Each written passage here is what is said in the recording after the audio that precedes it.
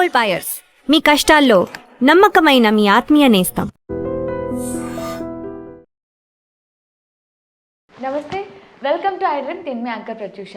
ఈరోజు మనతో పాటు వంటింటి చిట్కాలకి కేర్ ఆఫ్ అడ్రస్ అయిన చిట్టి బొట్ల మధుసూదన్ శర్మ గారు మనతో పాటు ఉన్నారు. సో సార్తో మాట్లాడదాం, మన నిమిషాలు తెలుసుకుందాం. నమస్తే సార్.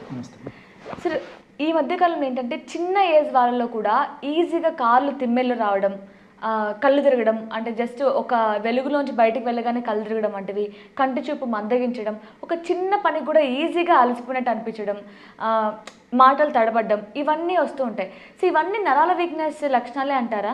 ఇవన్నీ కూడా నరాల బలహీనత లక్షణాలమ్మా. అసలు నరాల వీక్నెస్ ఎందుకు వస్తుంది సార్? అంటే ఏం లోపం వల్ల వస్తుంది అంటారు?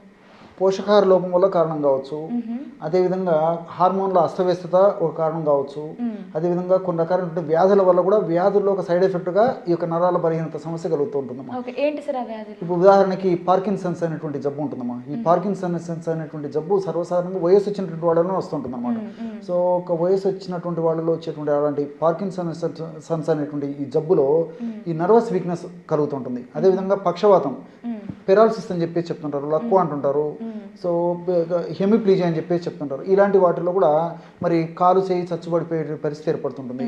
కొన్ని హార్మోన్ల అస్తవ్యస్తత, అంటే ఫర్ ఎగ్జాంపుల్ ఈ థైరాయిడ్కి సంబంధించిన ప్రాబ్లమ్స్ ఉన్నప్పుడు కూడా ఈ నరాల బలహీనత సమస్య కలుగుతుంటుంది అన్నమాట. అదేవిధంగా కొన్ని రకాలైనటువంటి వ్యాధుల్లో సైడ్ ఎఫెక్ట్ కూడా నరాల బలహీనత కలుగుతుంటుంది. ఇంతకుముందే నేను చెప్పినట్లు పార్కిన్సన్స్ అనేటువంటి వ్యాధిలో ఒక లక్షణంగా ఉంటుంది, ఈ ఒక పెరాలసిస్ అనేటువంటి వ్యాధిలో ఒక లక్షణంగా ఉంటుంది. అంతేకాకుండా ఈ షుగర్ వ్యాధిలో కూడా డయాబెటీస్ ఉన్న వాళ్ళు కూడా ఇలాంటి లక్షణాలు ఎక్కువ ఉంటుందమ్మా. ఇది డయాబెటిక్ న్యూరోపతి అంటారు దాన్ని. సో షుగర్ వ్యాధిగ్రస్తుల్లో మరి షుగర్ వాళ్ళలో మరీ ఎక్కువగా ఉంటుంది అనమాట. వీళ్ళకు నరాల బలహీనత ఉంటుంది. ఈ విధంగా కొంతమందిలో స్పష్టంగా నరాల బలహీనత కారణం తెలిసిపోతుంది. కొంతమందికి B12 లోపం వల్ల నరాల బలహీనత ఉంటుంది, B12 విటమిన్, డి విటమిన్ లోపం వల్ల నరాల బలహీనత, కాల్షియం లోపం వల్ల నరాల బలహీనత, తర్వాత ఐరన్ లోపం వల్ల నరాల బలహీనత, ఇలా కొంతమందికి స్పెసిఫిక్గా కొన్ని కారణాల వల్లనే నరాల బలహీనత సమస్య కలుగుతుంటుంది. కొంతమందిలో మరి వాళ్ళు వాడేటువంటి ఆధునిక కృత్రిమ రసాయన ఔషధాల యొక్క సైడ్ ఎఫెక్ట్లో కూడా నరాల బలహీనత కలుగుతుంటుందమ్మా. ఓకే. ఇప్పుడు మీరు అన్నట్లు జస్ట్ మనకి విటమిన్ లోపం వల్ల నరాల వీక్నెస్ వస్తే ఓకే, కానీ ఈ లక్షణాలు కనిపిస్తే వెంటనే డయాబెటీస్ కానీ ఇవన్నీ టెస్ట్ చేయించుకోవడం బెటర్ అంటే చాలా మంచిదండి. చాలా మంచిది. కొన్ని రకాలైనటువంటి వ్యాధులు, ఫర్ ఎగ్జాంపుల్ వ్యాధులకు వాడేటువంటి ఆధునిక కృత్రిమ రసాయన ఔషధాలు, షుగర్ వ్యాధికి మరి తప్పనిసరి పరిస్థితుల్లో మంచి రిజల్ట్స్ వస్తుంది కాబట్టి డాక్టర్స్ కూడా మెట్ఫార్మిన్ అనేటువంటి ఔషధాన్ని ఇస్తారు. ఈ మెట్ఫార్మిన్ అనేటువంటి ఔషధాన్ని ఇచ్చినప్పుడు మరి కొంతమందిలో దీర్ఘకాలం పాటు వాడుకోవడం వల్ల, ఎక్కువ ప్రమాణంలో వాడుకోవడం వల్ల ఈ నరాల వీక్నెస్ వచ్చేస్తుంది. అదేవిధంగా మానసిక వ్యాధులకు వాడేటువంటి కొన్ని రకాలైన ఔషధాల వల్ల కూడా నరాల బలహీనత సమస్య కలుగుతుంటుంది. ఇది నాణ్యానికి ఒకవైపే. కొన్నిటికి స్పష్టంగా కారణం మనం చెప్పొచ్చు, కొన్నిటికి మాత్రం ఎలాంటి స్పష్టమైన కారణం కూడా ఉండదు. నరాల బలహీనత సమస్య వచ్చినప్పుడు వైద్యుల వద్దకు వెళ్ళినప్పుడు వ్యాధి నిర్ధారణ పరీక్షలో భాగంగా వాళ్ళు పరీక్షలు చేయిస్తారు. స్కాన్స్, తర్వాత ఎక్స్రే, రక్త పరీక్ష, అవసరాన్ని బట్టి ఆ పరీక్షలన్నీ చేయిస్తారు. అన్నీ నార్మల్గా ఉంటాయి. కానీ వీళ్ళకి మాత్రం నరాల బలహీనత, సో నీరసము, నిస్త్రాణ, అంతుబట్టని అంతుచిక్కని నీరసము, ఓపిక లేకపోవడము, ఏ పని మీద ఆసక్తి లేకపోవడము, ఏకాగ్రత లేకపోవడము, జ్ఞాపక శక్తి సరిగ్గా లేకపోవడము, తర్వాత విసుగు, కోపము, ఇలాంటివన్నీ కూడా నరాల బలహీనత సంబంధించినటువంటి సమస్యలేమ్మా. కాస్త పని చేయాలంటే అలసిపోతారు, 2 మెట్లు ఎక్కారంటే అలసిపోతారు, పరీక్షలు నార్మల్గా ఉంటాయి, వీళ్ళకి సమస్యలు మాత్రం ఇలాగ ఉంటాయి. ఈవెన్ పిల్లల విషయంలో కూడా ఇలాగే జరుగుతుంటుందమ్మా. స్కూల్కి పోయి చిల్డ్రన్స్ కూడా చిన్న పని చెప్పినా నరాల బలహీనత, సో చేత కాదు, ఓపిక లేకపోయి కొంచెం రెస్ట్ కావాలని చెప్తుంటారు.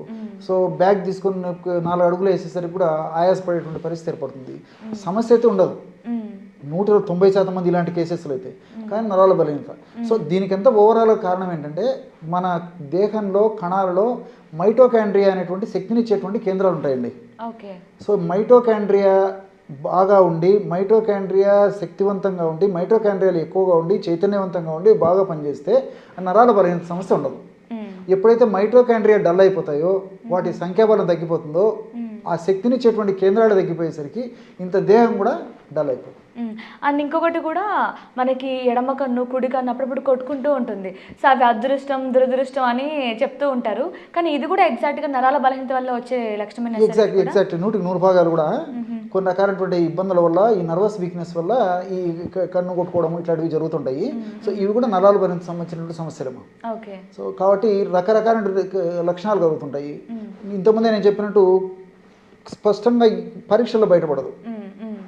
కొన్ని పరీక్షల్లో బయటపడతాయి. ఓకే. ఇంకొంతమంది మంచి పోషకాహారం తీసుకుంటారు, టయానికి రెస్ట్ తీసుకుంటుంటారు, టయానికి నిద్రపోతుంటారు, నరాల బలహీనత, విపరీతం నీరసం, ఏ పని చెప్పినా విసుకోవడము, ఏ పని చేయాలని ఆసక్తి లేకపోవడం, మళ్ళీ చేస్తాను వాయిదా వేయడం, ఇట్లా చేస్తుంటారు. కొంతమంది ఉదయం నుంచి మధ్యాహ్నం వరకు యాక్టివ్ ఉంటారు, మధ్యాహ్నం నుంచి డల్ అయిపోతారు.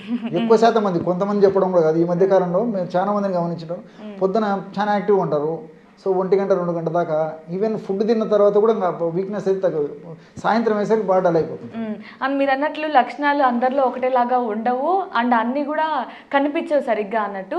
కొంతమంది బాగా బలంగా దృఢంగా కనిపిస్తారు, బట్ వాళ్ళలో కూడా నరాల వీక్నెస్ ఉండే అవకాశాలు చాలా ఉంటాయి కదా. ఉంటాయండి, 100 భాగాలు ఉంటాయి. ఇంకోటి అంటే కాళ్ళు చేతులు తిమ్మిర్లు, ఇలాంటి వాళ్ళలో కూడా కాళ్ళు చేతులు ఇంతకుముందు లక్షణాలే కాకుండా కాళ్ళు చేతులు తిమ్మిర్లు ఉండడము, మొద్దుబారిపోవడము, అదేవిధంగా స్పర్శ రహితంగా తయారు కావడం, స్పర్శ కూడా తెలియకపోవడము, మంటలు ఉండడము, ఇవన్నీ కూడా నరాల బలహీనతకు సంబంధించినటువంటి సమస్యలండి. ఓకే. సో అసలు లక్షణాలు అందరిలో ఒకటేలాగా ఉండవు, బట్ అది ఎందుకు వస్తుందో కొన్ని టెస్టులు కూడా అంతు చిక్కవు. మరి దీనికి సొల్యూషన్ ఏంటి సార్? ఇప్పుడు మనకి ఆ ప్రాబ్లం ఎందుకు వస్తుంది, అసలు ఉందా లేదా తెలిస్తేనే కదా దానికి ఒక సొల్యూషన్ వెతుకుతాం. బట్ మీరు నార్మల్గా వంటింటి చిట్కాలు చెప్తూ ఉంటారు, అసలు ప్రాబ్లం ఎందుకు వచ్చింది, అసలు ఉందా లేదా తెలియని ఈ ప్రాబ్లంకి మీ దగ్గర సొల్యూషన్ ఉందా? మరి ఉందండి, అదే నేను చెప్పాను కదా, ఇప్పుడు ఇంతమంది ఫస్ట్లోనే మీరు ప్రస్తావించినట్టు చెప్పాను నేను, ఈ మైటోకాండ్రియా అనేటువంటి మన సెల్స్ ఉన్నటువంటి మైటోకాండ్రియాని మనం యాక్టివేట్ చేయగలిగితే, వాటి యొక్క సంఖ్యను పెంచితే మనకు ఆ వీక్నెస్ అవుతుంది. మైటోకాండ్రియా అనేటువంటి వాటిని యొక్క సంఖ్యను పెంచడానికి, వాటిని యాక్టివేట్ చేయడానికి అనేక రకాల ఔషధాలు ఉన్నాయి. ఒక గన్ షాట్ ఔషధాన్ని చెప్తాను చూడండి.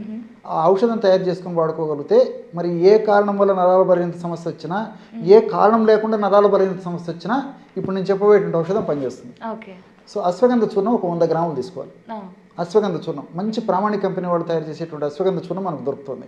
అశ్వగంధ చూర్ణం 100 గ్రాములు తీసుకోవాలి. అశ్వగంధలో గ్లైకో అమైనో గ్లైకాన్స్ అని చెప్పేసి కొన్ని రసాయన పదార్థాలు ఉంటాయి. సో శాస్త్రీయం కూడా నిరూపించబడింది, సైంటిస్ట్ కూడా దాని మీద పరిశోధన చేసి నిరూపించారు. ఈ గ్లైకో అమైనో గ్లైకాన్స్ అనేటువంటి ఈ రసాయన పదార్థాలు ఉంటుంది, అశ్వగంధను మనం వాడుకోవడం వల్ల మనకు శక్తినిచ్చేటువంటి మైటోకాండ్రియాను బాగా స్టిమ్యులేట్ చేసేస్తాయి, సంఖ్యను పెంచుతుంది. ఇదొకటి. రెండోది ఏమంటే అశ్వగంధలో విథనాలాయిడ్స్ అని చెప్పేసి మరొక పదార్థం ఉంది. సో ఇవి కూడా ఏం చేస్తాయంటే ప్రత్యక్షంగా పరోక్షంగా ఈ నరాల చుట్టూ ఒక కవచం ఉంటుంది, మైలిన్ షీత్ అని చెప్పేసి. ఆ మైలిన్ షీత్ డ్యామేజ్ కాకుండా మైలిన్ షీత్ దృఢంగా, శక్తివంతంగా, పటిష్టంగా ఉండేది కూడా ఈ అశ్వగంధం ఉన్నటువంటి ఈ విథనాలైడ్స్ అనేవి ఇండైరెక్ట్గా పనిచేస్తాయి. దీంతో పాటు మరి రెండవది వామును వేయించేసి చూర్ణంలాగా చేసుకుని ఒక 50 గ్రామ్స్ వాము చూర్ణం తీసుకోవాలి. వాములో ఈ థైమాలు, అదేవిధంగా థైమోక్వినాను, సాపనిన్స్, ఫ్లేవోనైడ్స్, పాలిఫినాల్స్, ఇలాంటి అనేక రకాల రసాయన పదార్థాలు ఉన్నాయి. ఇవన్నీ కూడా ప్రత్యక్షంగా పరోక్షంగా నర్వస్ వీక్నెస్, ఏ కారణం వల్ల నర్వస్ వీక్నెస్ వచ్చినప్పటికీ ఆ నర్వస్ వీక్నెస్ తగ్గించేదానికి సమర్థవంతంగా ఉపయోగపడేటువంటి ఇలాంటి ఔషధ గుణాలు వాము సొంతం. సో వామును మనం 50 గ్రామ్స్ వాము పొడిని కలుపుతున్నాం. చివరగా ఒక 10 గ్రాములు మాత్రమే లవంగాల పొడి కలుపుకోవాలి. లవంగాల పొడి చాలా చాలా తక్కువ కలిపేసారనమాట.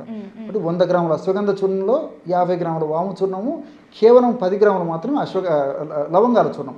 లవంగాలను కాస్త వేయించేసేసి చూర్ణంలాగా తయారు చేసుకుని కలుపుకోవాలి. లవంగాల్లో యూజినాల్ అనేటువంటి ఒక రసాయన పదార్థం ఉందన్నమాట. యూజినాల్ రసాయన పదార్థంతో పాటు కొన్ని రకాలటువంటి మన దేహానికి ఉపయోగపడే బి కాంప్లెక్స్ ఫ్యాక్టర్స్, కొన్ని పోషకాంశాలు కూడా ఈ లవంగాలు ఉన్నాయి. అంతేకాకుండా లవంగాలు అంటే మరొక ప్రత్యేకత ఏంటంటే బెస్ట్ యాంటీ ఆక్సిడెంట్. ఇప్పుడు మనకు ప్రకృతిలో దొరికేటువంటి అన్ని రకాలైనటువంటి యాంటీ ఆక్సిడెంట్స్లో లవంగాలు అగ్రస్థానంలో ఉందన్నమాట. ఫస్ట్ చెప్పాల్సింది లవంగాలు యాంటీ ఆక్సిడెంట్గా. అసలు యాంటీ ఆక్సిడెంట్ కూడా చాలా మందికి తెలియదు కాబట్టి కొంచెం బ్రీఫ్గా చెప్తాను చూడండి. జబ్బులు రాకుండా కాపాడేటువంటి దివ్యమైనటువంటి ఔషధ గుణాలు ఉన్నటువంటి ప్రకృతి ప్రసాదించినటువంటి ఆహార ఔషధాల్లో లవంగాలు ఒకటి. సో లవంగాలు వాడుకోవడం వల్ల జబ్బులు రాకుండా ఉంటాయి. Prevention is better than cure. అంతేకాకుండా లవంగాలు ఉన్నటువంటి ఈ మెగ్నీషియము, నేను చెప్పినట్టు ఇవి ఇంతకుముందు చెప్పినట్టు కొన్ని రకాల రసాయన పదార్థాలు, ఇవన్నీ కూడా ఉన్నటువంటి జబ్బులను తొలగించడమే కాకుండా ఇంతకుముందు నేను మొదట్లో ప్రస్తావించినట్టు ఈ కణం చుట్టూ, ముఖ్యంగా నరం యొక్క కణం చుట్టూ ఉన్నటువంటి కణ కవచం పొర ఏదైతుందో మైలిన్ షీతు, ఆ మైలిన్ షీతును శక్తివంతంగా తయారు చేసేందుకు లవంగాల్లో ఉన్నటువంటి యూజినాలు, ఇతర రసాయన పదార్థాలు సమర్థవంతంగా ఉపయోగపడతాయి. మైటోకాండ్రియాను కూడా చాలా త్వరగా స్టిమ్యులేట్ చేసేసి, ఏదో వెంటాడేసేసి మైటోకాండ్రియాను స్టిమ్యులేట్ చేసి త్వరగా శక్తిని కలిగజేసేందుకు ఈ లవంగాల్లో ఉన్నటువంటి ఇలాంటి రసాయన పదార్థాలను ఉపయోగపడతాయి.